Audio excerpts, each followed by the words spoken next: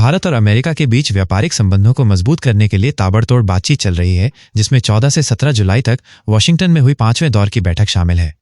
इस बातचीत का मुख्य उद्देश्य 1 अगस्त 2025 से पहले एक अंतरिम व्यापार समझौते को अंतिम रूप देना है, क्योंकि इस तारीख के बाद अमेरिका द्वारा लगाए गए 26% अतिरिक्त टैरिफ लागू हो जाएंगे।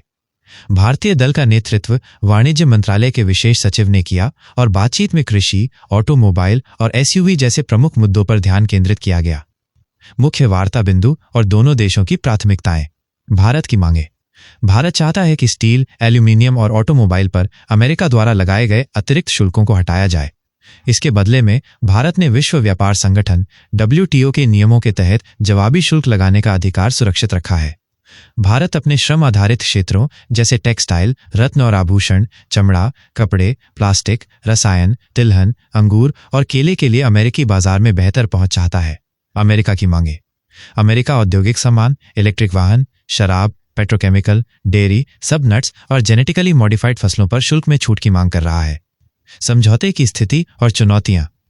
दोनों देश 2030 तक द्विपक्षीय व्यापार को $500 बिलियन तक बढ़ाने का लक्ष्य रखते हैं।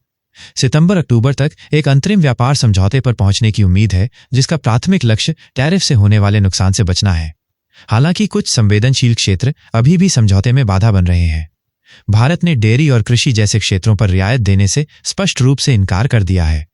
वाणिज्य मंत्री पीयूष गोयल ने भी दोहराया है कि भारत जल्दबाजी में कोई समझौता नहीं करेगा और कोई भी डील तभी होगी जब दोनों देशों के हितों का ध्यान रखा जाएगा। अमेरिकी राष्ट्रपति ने कई मौकों पर उम्मीद जताई है कि 31 जुलाई से पहले टैरिफ को लेकर भारत और अमेरिका किसी समझौते पर पहुंच सकते हैं, जिससे दोनों देशों को फायदा होगा। हालांकि भारत कृषि उत्पादों पर अड़ा हुआ है कि वो अमेरिकी कृषि उत्पादों को भारतीय बाजार में खुली छूट नहीं दे सकता। आगे क्या? भारतीय दल के अमेरिका से लौटने के बाद अब देखना यह होगा कि बातचीत का ये क्रम कितना सफल साबित होता है।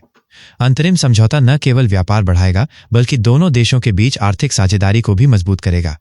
यह समझौता दोनों देशों के लिए महत्वपूर्ण है, ताकि संभावित व्यापारिक बाधाओं से बचा जा सके और उनके बीच बढ़ते रणनीतिक और आर्थिक संबंधों को और बढ़ावा मिल सके। यह बातचीत दोनों देशों के लिए एक बारीक संतुलन साधने का प्रयास है, जहां उन्हें अपने घरेलू उद्योगों और किसानों के हितों की रक्षा करते हुए एक पारस्परिक रूप से लाभकारी समझौते पर पहुंचना होगा।